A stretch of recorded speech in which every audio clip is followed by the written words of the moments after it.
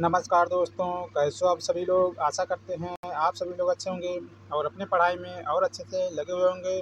तो दोस्तों देखिए, जो ईवीएस की सीरीज चलाई जा रही थी यूपी टेट के लिए, आज उसका देखिए 34वां और 35वां प्रैक्टिस सेट आप लोगों को कराया जाना है। अब देखिए, डेली 60 क्वेश्चनों की आप लोगों की प्रैक्टिस सेट कराया जाता है। एक दिन में 2 प्रैक्टिस सेट आप लोगों के कराए जाते हैं।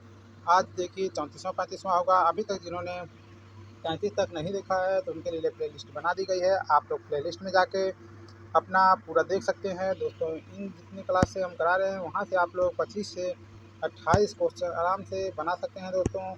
इसलिए आप लोग ज़्यादा से ज़्यादा कोई भी क्लास मिस ना करिए दोस्तों। इसमें से आप लोगों को हर जगह एक्सप्लेन जहाँ करना होता है वहाँ कराया जाता है, तो आप लोगों को अलग से भी क्वेश्चन तैयार हो जाते हैं। तो दोस्तों, जिन्होंने अभी तक हमारे चैनल को सब्सक्राइब नहीं किया है, चैनल को सब्सक्राइब कर लीजिए, बेल आइकन को दबा लीजिए, जिससे आप लोगों को पल पल का नोटिफिकेशन मिलता रहे। चलिए दोस्तों, आज का 34वां प्रैक्टिस सेट शुरू करते हैं। तो दोस्तों, आप लोग देख सकते हैं एएम क्लासेस के द्वारा प्रैक्टिस सेट आपका 34वां नंबर है। चलिए इसका आज का पहला क्वेश्चन शुरू कर। तो दोस्तों देखिए, पहला क्वेश्चन है, संविधान सभा की पहली बैठक कहाँ आयोजित की गई थी। तो संविधान सभा की जो पहली बैठक थी वो आपकी दिल्ली में आयोजित की गई थी। कब आयोजित की गई थी? 9 दिसंबर 1946 को आयोजित की गई थी। कब की गई थी? 9 दिसंबर 1946 को। ये डेट भी बहुत इंपॉर्टेंट है, इसको आप लोगों को याद कर लेना है। संविधान सभा की पहली बैठक में कितने सदस्यों ने भाग लिया था, इसको भी याद करना है। 207 सदस्यों ने भाग लिया था 9 दिसंबर 1946 को। जो इसकी अस्थायी अध्यक्ष बनाए गए थे, सच्चिदानंद सिन्हा को बनाया गया था। 11 दिसंबर 1946 को जो हुआ था उसमें जो अध्यक्ष बनाए गए थे उसमें डॉक्टर राजेंद्र प्रसाद को अस्थायी अध्यक्ष बनाया जाता है। आइए नेक्स्ट क्वेश्चन की बात करते हैं। संविधान के भाग 3 किससे संबंधित है? तो कई बार आप लोगों को बता दिया गया है। संविधान का भाग 3 आपके मूल कर्तव्य से संबंधित है और नागरिकता भाग 2 में है। चलिए नेक्स्ट क्वेश्चन की बात करते हैं। किसी पारिस्थितिकी के निर्माण में शामिल होते हैं। किसी पारिस्थितिकी के निर्माण में क्या क्या शामिल होते हैं? पारिस्थितिकी तंत्र के जो घटक होते हैं आपके जैविक घटक और अजैविक घटक होते हैं। पारिस्थितिकी तंत्र किसने नाम दिया था? तो एनजी टांसले ने। कब दिया था? 1935 में। एनजी टांसले, जहाँ पारिस्थितिकी तंत्र आता है ताकि तंत्र होता है तो टांसले भी कर देना है। इस प्रकार से आप लोगों को याद करने में आसानी होती है। नेक्स्ट क्वेश्चन की बात करते हैं। निम्न में से किस वर्ष में ब्रिटिश सरकार द्वारा वन पक्षी पशु संरक्षण अधिनियम को लागू किया गया था? तो यहाँ पे देखिए, ब्रिटिश सरकार द्वारा वन पक्षी और पशु संरक्षण अधिनियम पूछा जा रहा है, लेकिन किसके द्वारा? ब्रिटिश सरकार द्वारा पूछा जा रहा है। यहाँ पे आपका उत्तर हो जाएगा 1912 हो जाएगा। इस अधिनियम को भी याद कर सकते हैं। चलिए नेक्स्ट क्वेश्चन की बात करते हैं। अपशिष्ट जल है। अपशिष्ट जल क्या है, यहाँ पे बताना है। अपशिष्ट जल क्या है? तो यहाँ पे देखिए आपका हो जाएगा जो शौचालय। यहाँ पे देखिए ऑप्शन ए हो जाएगा। आइए नेक्स्ट बात करते हैं क्वेश्चन के। सूर्य का प्रमुख घटक क्या है? तो सूर्य का प्रमुख घटक क्या है दोस्तों? तो सूर्य का देखिए प्रमुख घटक आपका हाइड्रोजन होता है। क्या होता है? हाइड्रोजन होता है, जिसमें मुख्य रूप से 71% आपका हाइड्रोजन तथा 26.5% आपका हीलियम गैस पाया जाता है। इसमें देखिए सूर्य के बारे में थोड़ा सा बताते हैं। सूर्य का जो केंद्रीय भाग श्रोण होता है, क्या होता है? केंद्रीय भाग श्रोण होता है आपका, श्रोण बोला जाता है, जिसका तापमान आपका 1.5 गुणे 10⁶ डिग्री सेंटीग्रेड बाहरी सतह का तापमान पूछा जाता है। तो इसको आपको 6000 डिग्री सेंटीग्रेड याद कर लेना है। 6000 डिग्री सेंटीग्रेड बाहरी सतह का तापमान होता है। आइए नेक्स्ट क्वेश्चन की बात करते हैं। निम्नलिखित में से कौन सा दुनिया का तीसरा सबसे ऊंचा पर्वत है? दुनिया का तीसरा सबसे ऊंचा पर्वत के बारे में पूछा जा रहा है। दुनिया का सबसे तीसरा ऊंचा पर्वत आपका कंचनजंगा हो जाएगा। कौन सा? कंचनजंगा हो जाएगा। सबसे ऊंचे पर्वत की बात की जाती है तो माउंट एवरेस्ट हो जाता है, जिसे नेपाल में सागर माथा के नाम से जाना जाता है। दूसरे की बात की जाती है, दूसरा सबसे ऊंचा पर्वत आपका केटू हो जाता है, जिसे गार्डास्टून के नाम से जाना जाता है। आइए नेक्स्ट क्वेश्चन की बात करते हैं। निम्नलिखित में से कौन सा दर्रा सिक्किम को चीन से जोड़ता है? तो सिक्किम से चीन को जोड़ने वाला दर्रा कौन सा है? तो आपका नाथुला दर्रा जो है सिक्किम को चीन से जोड़ता है। आइए नेक्स्ट क्वेश्चन की बात करते हैं। निम्नलिखित में से कौन सा राज्य कॉफ़ी का सबसे बड़ा उत्पादक है? कॉफ़ी का सबसे बड़ा उत्पादक राज्य कौन सा है? तो भारत में कॉफ़ी का सबसे बड़ा उत्पादक राज्य आपका कर्नाटक हो जाता है। वहीं चाय की बात की जाती है, चाय की अगर बात की जाती है तो आपका असम राज्य हो जाता है। कौन सा हो जाता है? असम राज्य चाय के उत्पादन में पहले स्थान पर आ जाता है। आइए नेक्स्ट क्वेश्चन की बात करते हैं। समतापमंडल में पराबैंगनी विकिरण को किसके द्वारा अवशोषित किया जाता है? जो समतापमंडल होता है, पराबैंगनी किरणों को किसके द्वारा अवशोषित किया जाता है? तो ओजोन O3 के द्वारा इसको अवशोषित किया जाता है। जो ओजोन परत होती है आपके समतापमंडल में पाई जाती है। नेक्स्ट क्वेश्चन की बात करते हैं। पृथ्वी सम्मेलन +5 का आयोजन कब हुआ था? पृथ्वी सम्मेलन कब हुआ था? तो आपको अगर याद रहेगा 1992 में हुआ था। +5 पूछा जा रहा है तो आपका कितना हो जाएगा? 1997 में यहाँ हो जाएगा। जो पृथ्वी सम्मेलन हुआ था रियो सम्मेलन के नाम से इसको जाना जाता है। क्या जाना जाता है? रियो सम्मेलन के नाम से जाना जाता है। एजेंडा 21 के बारे में पूछा जाता है। एजेंडा 21 1992 में ही आपके रियो सम्मेलन में इसको लिया गया था। नेक्स्ट क्वेश्चन की बात करते हैं। निम्नलिखित में से कौन सा एक वन्य प्राणी के विलुप्तीकरण का प्रमुख कारण नहीं है? वन्य प्राणी के विलुप्तीकरण का प्रमुख कारण नहीं है। जनसंख्या में वृद्धि जो है वन्य प्राणी के विलुप्तीकरण का कारण नहीं है। नेक्स्ट क्वेश्चन, भारतीय वन्यजीव संस्थान स्थित है। भारतीय वन्यजीव संस्थान कहाँ पे स्थित है? भारतीय वन्यजीव संस्थान आपका देहरादून उत्तराखंड में स्थित है। इसकी स्थापना 1982 ईस्वी में की गई थी। कहाँ कब की गई थी? 1982 ईस्वी में की गई थी। आइए नेक्स्ट क्वेश्चन की बात करते हैं। निम्नलिखित में से कौन विश्व धरोहर है? निम्नलिखित में से कौन एक विश्व धरोहर है? तो आपको इसमें बताना है कौन सा एक विश्व धरोहर की सूची में शामिल है। तो आपका नंदा देवी जैव मंडल आरक्षित क्षेत्र जो जैव विश्व धरोहर की सूची में शामिल किया गया है। चलिए नेक्स्ट क्वेश्चन की बात करते हैं। आपका राजीव गांधी पर्यावरण पुरस्कार दिया जाता है श्रेष्ठतम योगदान के लिए। जो राजीव गांधी पर्यावरण पुरस्कार होता है सबसे पहले आप लोगों को याद कर लेना है। राजीव गांधी पुरस्कार जो दिया जाता है पर्यावरण क्षेत्र में दिया जाता है श्रेष्ठतम योगदान के लिए। तो स्वच्छ प्रौद्योगिकी एवं विकास के लिए, किसके लिए? स्वच्छ प्रौद्योगिकी एवं विकास के लिए इसको दिया जाता है। चलिए नेक्स्ट क्वेश्चन की बात करते हैं। लखनऊ समझौता 1916 में किन दो के मध्य हुआ था? तो लखनऊ समझौता देखिए किन दो लोगों के मध्य में हुआ था? तो आपका लखनऊ समझौता कांग्रेस और मुस्लिम लीग के मध्य हुआ था। देखिए 1907 में जो सूरत का अधिवेशन हो जाता है इसमें ही जो मुस्लिम लीग और नरम दल और गरम दल अलग हो जाते हैं। उसी के बाद 1916 में जो कांग्रेस का अधिवेशन होता है इसकी अध्यक्षता अंबिका चरण मजूमदार कर रहे होते हैं। इसी में ही मुस्लिम लीग और कांग्रेस के बीच जो आपका समझौता होता है, इस समझौते का श्रेय किसको जाता है?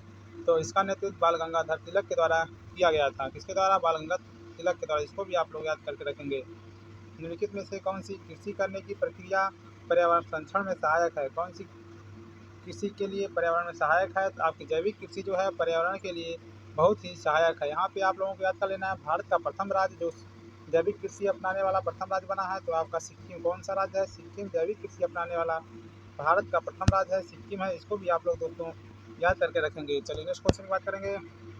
नासिक में कुंभ मेला किस नदी के तट पर लगता है? नासिक में जो कुंभ मेला आपका लगता है गोदावरी नदी के तट पर लगता है। तो भारतवर्ष में कुल कितने स्थानों पर कुंभ मेले का आयोजन होता है? तो आपका उत्तर हो जाएगा 4 स्थानों पर कुंभ मेले का आयोजन होता है। आप देखेंगे जो गंगा जमुना और सरस्वती के तट पर प्रयागराज में लगता है।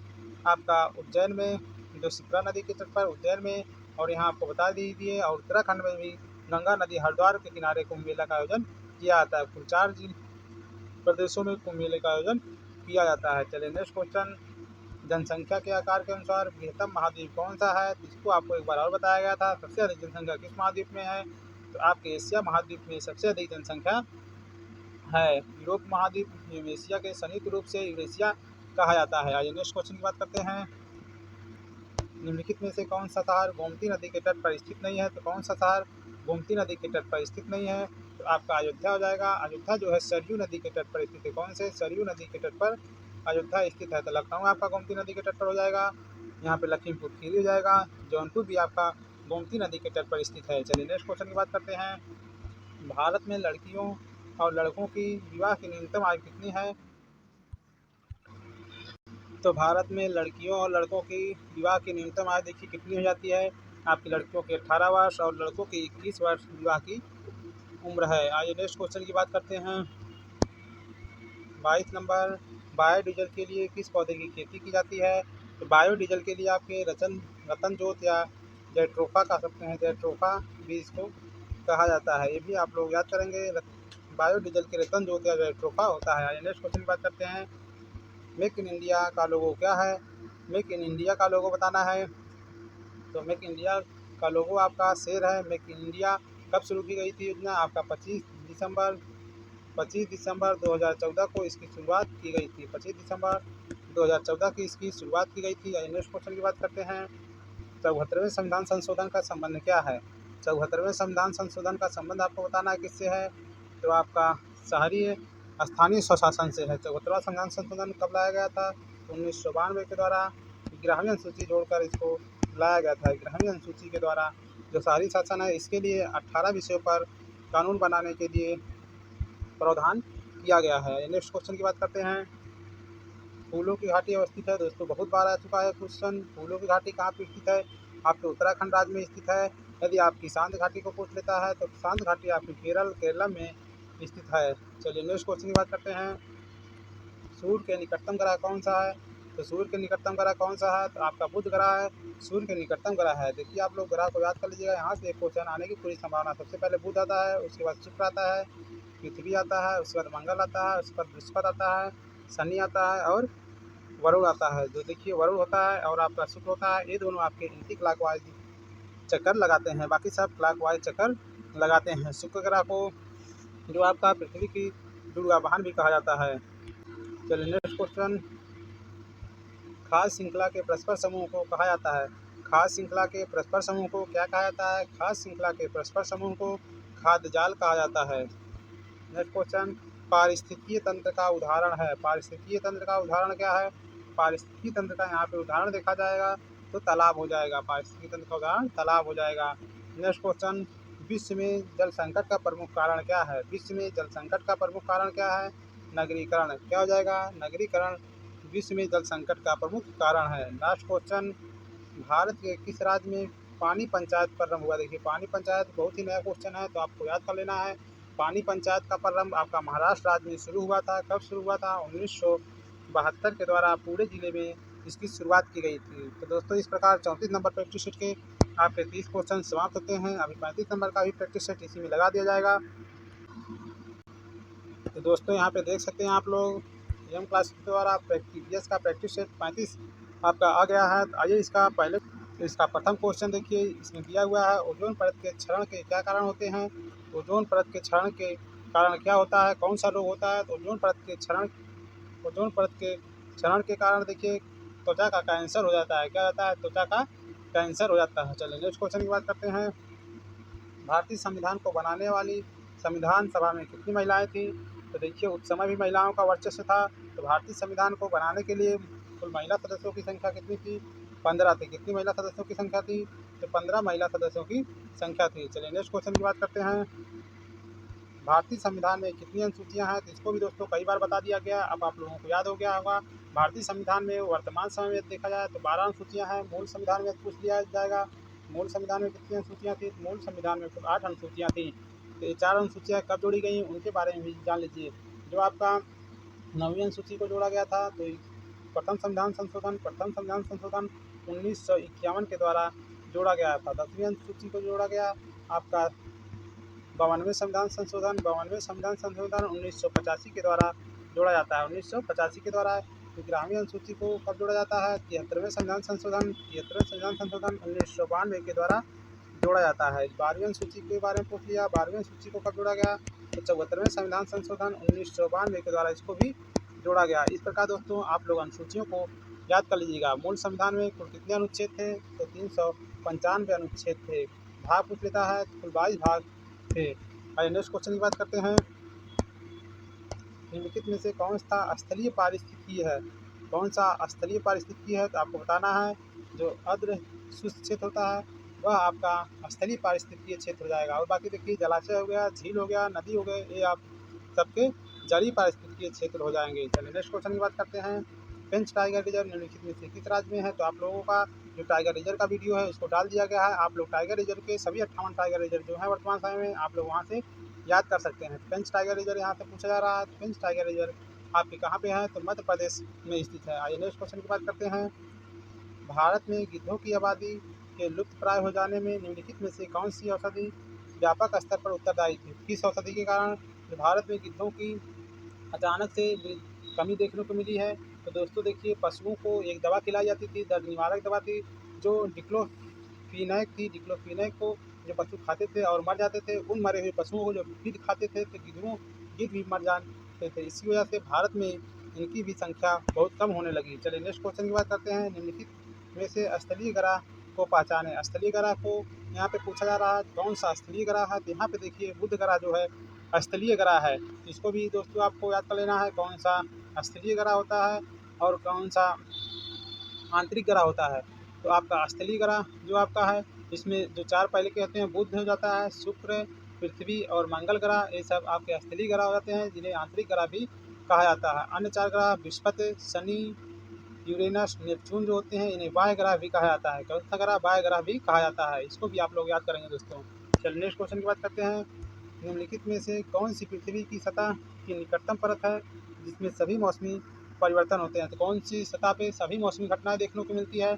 आपका जो ट्रोपोस्फीयर होता है ट्रोपोस्फीयर में ही सभी मौसमी घटनाएं देखने को मिलती हैं। तो सबसे पहले देखिए आपका ट्रोपोस्फीयर होता है क्षोभ मंडल, उसके बाद आपका आता है समताप मंडल, उसके बाद आपका आता है मध्य मंडल, उसके बाद आता है आपका आयन मंडल, उसके बाद आपका आता है बहिर्मंडल। तो इसको भी आप लोगों सभी परतों को याद करके रखना है। जो क्षोभ मंडल होता है ट्रोपोस्फीयर इसमें सभी मौसमी घटनाएं होती हैं। समताप मंडल में जो होता है ओजोन परत के संरक्षण के लिए होता है। इसमें देखिए हवाई जहाज उड़ाने के लिए अच्छा माना जाता है।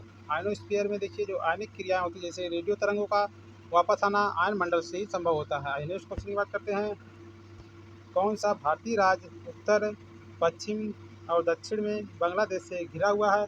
तो तीन तरफ से बांग्लादेश से कौन सा राज्य घिरा हुआ है। तो इसको भी आप लोग याद करेंगे तो आपका त्रिपुरा हो जाता है। क्या जाता है त्रिपुरा हो जाता है। नेक्स्ट क्वेश्चन की बात करते हैं।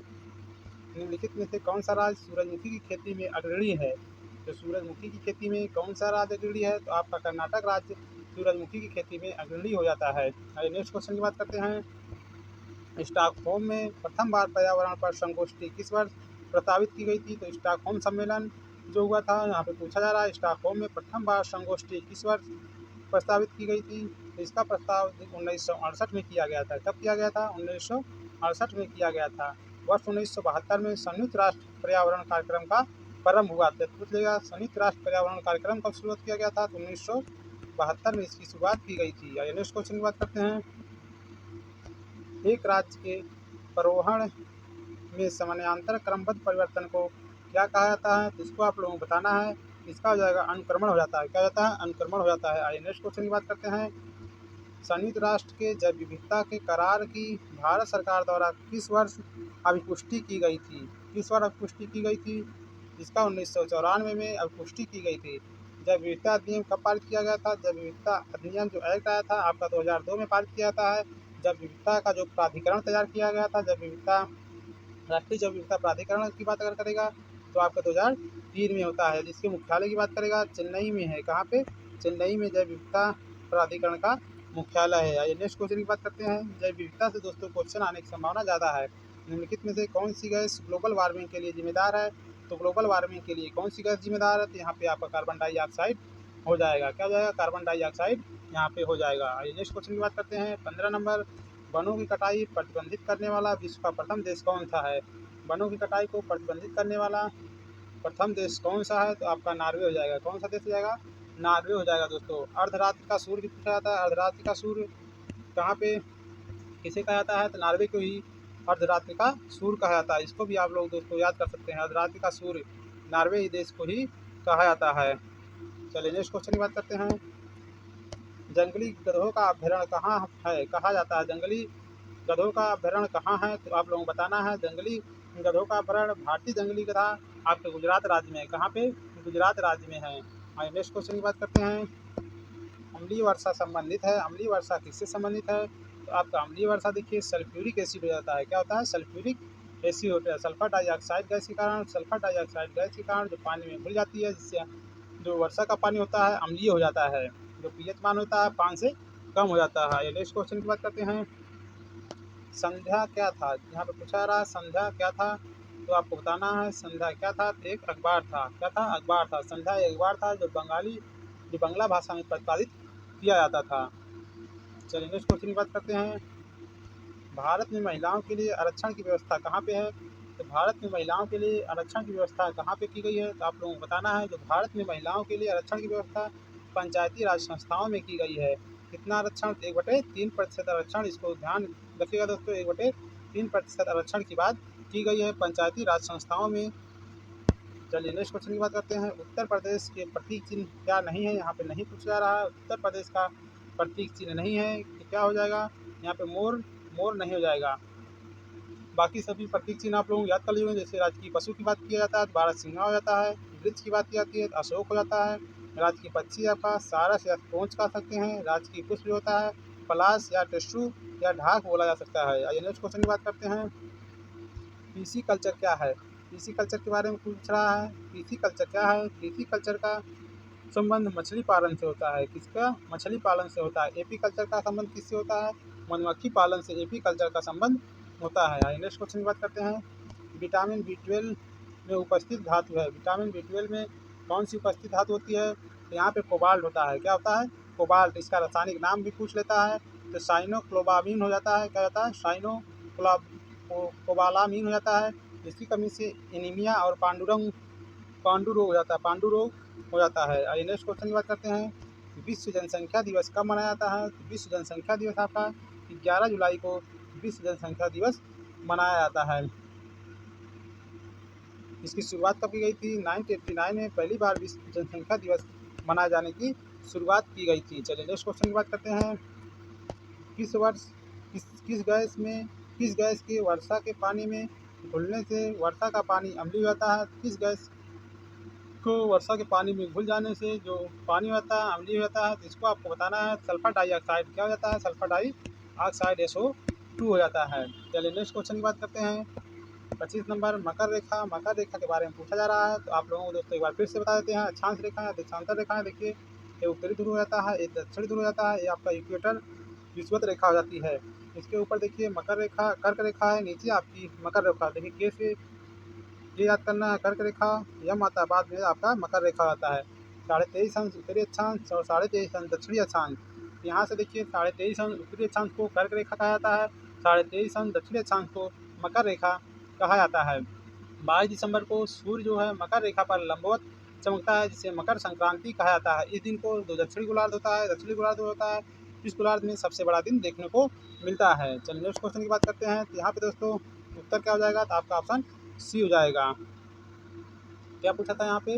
मकर रेखा, तो ऑप्शन सी हो जाएगा। कर्क पूछता तो ऑप्शन यहाँ पे बी हो जाता।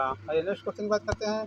निम्नलिखित वाहिनीय ईंधनों में से किसको आजकल पर्यावरण स्नेही माना जाता है? किसको पर्यावरण स्नेही माना जाता है? तो संपीड़ित प्राकृतिक गैस CNG को। किसको? CNG को पर्यावरण स्नेही माना जाता है। आइए नेक्स्ट क्वेश्चन बात करते हैं। 27 नंबर। निम्नलिखित भारतीय राज्यों में से किस राज्य की कोई समुद्री सीमा नहीं है? किस राज्य की कोई समुद्री सीमा नहीं है? तो आप देख सकते हैं यहाँ पे राजस्थान की कोई समुद्री सीमा नहीं है। समुद्री सीमा से कुल लगे राज्यों की बात की जाती है तो कितने राज्य हैं? 9 राज्य हैं। इसको दोस्तों पिछले वीडियो में बताया गया, आप लोग वहाँ से याद कर लीजिएगा। CNG का संक्षिप्त रूप पूछा रहा है तभी देखिए पिछले आया हुआ था। CNG का संक्षिप्त रूप कंप्रेस नेचुरल गैस होता है। क्या होता है? कंप्रेस नेचुरल गैस हो जाता है। CNG के अवयव अगर पूछ लेते हैं तो मीथेन होता है, इथेन और प्रोपेन हो जाता है। चलिए सेकेंड लास्ट क्वेश्चन। निम्नलिखित में से कौन सा सदाबहार पेड़ नहीं है? सदाबहार पेड़ इसमें से कौन सा नहीं है? तो इसमें से शहतूत हो जाता है। कौन सा? शहतूत हो जाता है। आइए लास्ट क्वेश्चन आज का। संरक्षण या विनाश पुस्तक के लेखक कौन है? संरक्षण एवं विनाश पुस्तक के लेखक कौन है? सरला बहान। एक पहले या दूसरे प्रैक्टिस सेट में आया था दोस्तों। संरक्षण या विनाश पुस्तक के लेखक सरला बहान है।